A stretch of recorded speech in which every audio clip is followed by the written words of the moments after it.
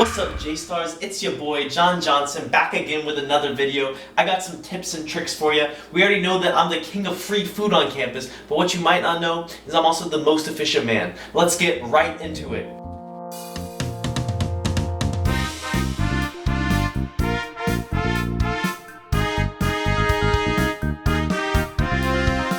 Time is money and money is time. College students don't have either. Instead, what we can do is push our body to its limits. Take food, for example. You either spend $10 on takeout or an hour in the kitchen slicing and dicing. Neither is efficient, but I still need those gains. The strategy then is meal prepping. Buy lots of jars of peanut butter and start chugging those calories. Efficiency. Great, so now we're going to talk about some of my tips for the most efficient studying. Step 1, your study spot. Some people, they'll wake up, walk 15 to 20 minutes to Van Pelt, and then they'll study and they'll walk 15 to 20 minutes back. That's already 40 minutes wasted. Instead, have a desk right next to where you sleep. You can wake up and immediately get to the grind. If you can't focus in a dimly lit room, that's on you. Now, step 2, readings. We all have them. My strategy, don't do them. I haven't done a reading since freshman fall. How's that possible? Easy, I'm in Wharton. Now, of course, I still have midterms, but I'm Jay chillin'. That's John chillin'. As long as you follow step 3, having a John Johnson approved cheat sheet. Jenna, can I borrow your printer? Sure.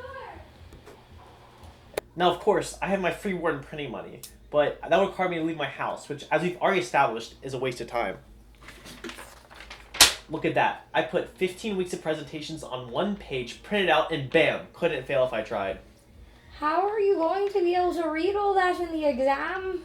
Silly question. I know where every single piece of information is on this page, because I'm the greatest. Now we get to where my efficiency really takes off, on the streets. If we value our labor at $10 an hour, every second wasted is 1/360th of a dollar wasted. Now look at this.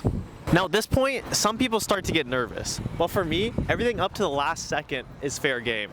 Now, if you could time it perfectly, you could hit the perfect U and never hit the pavement.